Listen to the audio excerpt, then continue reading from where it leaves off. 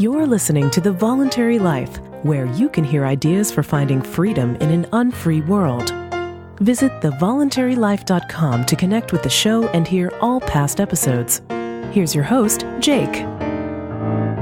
Hi, it's Jake here. Welcome to The Voluntary Life. This week I'd like to share with you some brilliant feedback that I got from a listener. This listener was familiar with my 4 Ways to Quit the Rat Race presentation and provided me with some really interesting feedback about some of the psychological benefits of financial independence and also some of the psychological downsides of being an employee.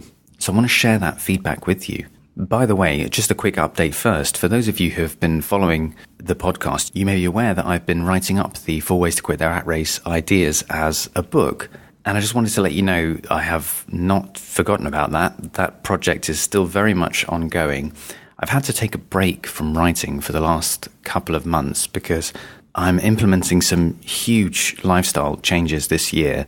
If you heard last week's episode, then you'll know that I'm currently in the process of selling my flat, selling my possessions, which is actually almost complete, and moving to a lifestyle of permanent travel. And there's a lot to do to make that lifestyle change. And it also takes up quite a lot of bandwidth mentally to do it. So I've had to take a break from writing so I can just focus on making this big change. But I am going to complete and publish the 4 Ways to Quit the Rat Race book. So I haven't forgotten about it, and I just wanted to let you know that is definitely still coming. And I hope to be able to get back to writing very soon. So let me tell you about this email I received from a listener. As I said, this listener pointed out one of the really important benefits of financial independence. And the way that the listener put it was that it strengthens your moral backbone, going financially independent. And in contrast, one of the big problems of being an employee is that it weakens your moral backbone because of a basic problem of conflict of interest. Here's how the listener put it. I think I'm a moral person, but many times in my career and in the careers of friends, I've been forced to choose between unethical behavior and possibly losing my job.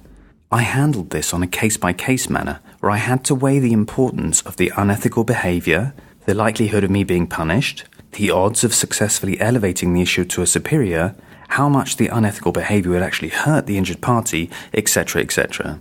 In other words, my response was ambiguous and led to a lot of sleepless nights. End quote. The listener goes on in their email to outline various examples of times when you might face moral challenges in your job, when you're asked to either do unethical things yourself or to comply with unethical things that your boss is doing. And then the listener writes this, quote, if you're living paycheck to paycheck with a family to feed, your moral choices become more ambiguous. You will very likely squirm, delay, try to gently change your boss's mind, but if that fails, you will probably comply for fear of losing your own job. End quote. I think this is a brilliant insight. And what this listener is pointing out is one of the big problems of being an employee, because being an employee makes you dependent on someone else for a living. And being dependent on someone else makes it harder to stand up for your own moral principles. It doesn't make it impossible, but it makes it harder for you. There's a very famous quote by Upton Sinclair where he said, it is difficult to get a man to understand something when his salary depends on his not understanding it. End quote. I think that's a great quote, but what Upton Sinclair didn't get from that quote is that the key word in that quote for me is salary. That's one of the problems with salaries. If you're dependent on a salary from someone else, it's harder for you to stand up for what you believe in. As I said before, it's not impossible, but you just make it harder for yourself to do the right thing because your own financial survival depends on it, especially if you don't have savings. And that brings me on to the opportunities outside of an employee lifestyle and how they can strengthen your moral backbone. For example, entrepreneurship offers you a way out of this. If you're an entrepreneur and you start your own business, it's up to you to set the ethical example and you get to implement the ethical standards that you want to live by because you're not dependent on some other person, an employer, who's set the ground rules and who's in charge and who can create an environment in which you find it hard to act ethically. As an entrepreneur, it's down to you and you get to set the example and live according to your own ethical standards. Now, there is an argument that some people make, which is that even if you're an entrepreneur, you're still working for somebody else because you're just working for your customers, and you're going to face ethical challenges with customers who want you to do something unethical too. So the argument is you're always working for someone, whether it's an employer or a customer. And there is certainly some truth in that if you are dependent on a very small number of customers. And that is a very bad position to be in as an entrepreneur.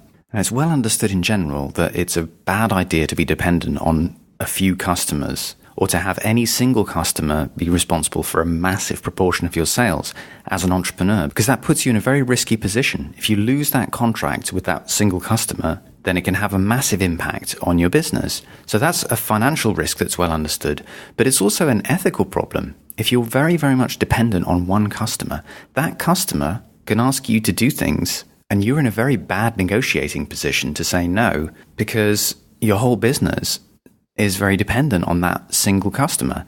So if you have a business and you're an entrepreneur with a very strong dependence on one customer, you're almost like an employee. And there are some of the same considerations about moral backbone that come into play as an employee. You have that same kind of dependency relationship.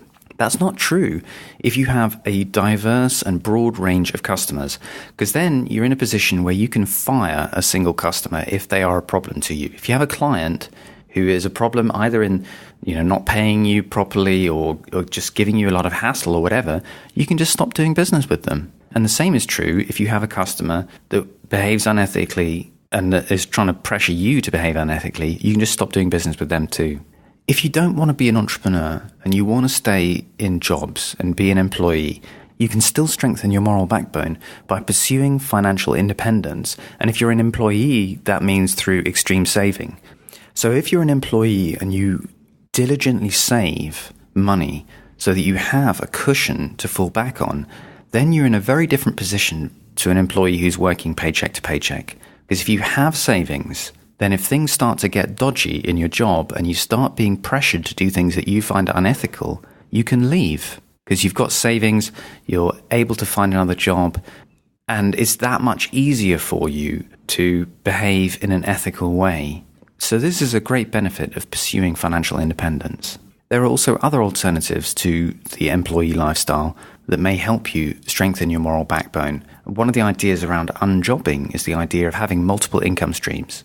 So as a freelancer, if you have a whole range of clients, multiple clients, then you may also be in a position, a bit like an entrepreneur, to fire the client that pressures you to behave unethically. If you have multiple smaller sources of income and you're not dependent on only one, then you gain a similar kind of insulation from that employee dependency relationship that you would do if you were an entrepreneur with your own business. I don't personally have experience of that kind of unjobbing, but I think the same principle applies to diversifying your sources of income. So those are just some examples of ways to help you strengthen your moral backbone. None of this means that you can't be ethical as an employee. Of course, everyone can be, and everyone can have the courage to stand up for their own ethical values in whatever situation they're in. But the point I'm making is about making this easier for yourself. You can have a direct impact on how easy or hard it is to live an ethical life. And one of the most fundamental ways that you can do that is by putting yourself in a position where you're not pressured by a dependency relationship in the way that you work to behave unethically. If you insulate yourself, either as an employee through having savings so that you know you can easily leave a job if things get dodgy, or by being an entrepreneur and having a diverse range of customers so that you can stop doing business with someone who's dodgy, or by being a freelancer or unjobber and having a diverse range of sources of income or diverse range of clients. These are real practical ways that you can help yourself to live your values and give yourself the best position possible to do the right thing. Doing the right thing takes courage and it's hard. So why not make it as easy as possible in yourself to do the right thing? And funnily enough, this is actually one of the great benefits of financial independence. If you don't need the money, it's much easier to say no to unethical bosses or unethical customers. And I think that's one of the best reasons to pursue financial independence. It makes it much easier to say no to bad people. That's all for this week. Thank you so much for listening. I'll be back next week with another episode. In the meantime, I hope you have a great week. Thank you for listening to The Voluntary Life. If you have feedback about the show, please email jake@thevoluntarylife.com. If you enjoyed this program, please share the podcast with your friends or click the donate button on thevoluntarylife.com.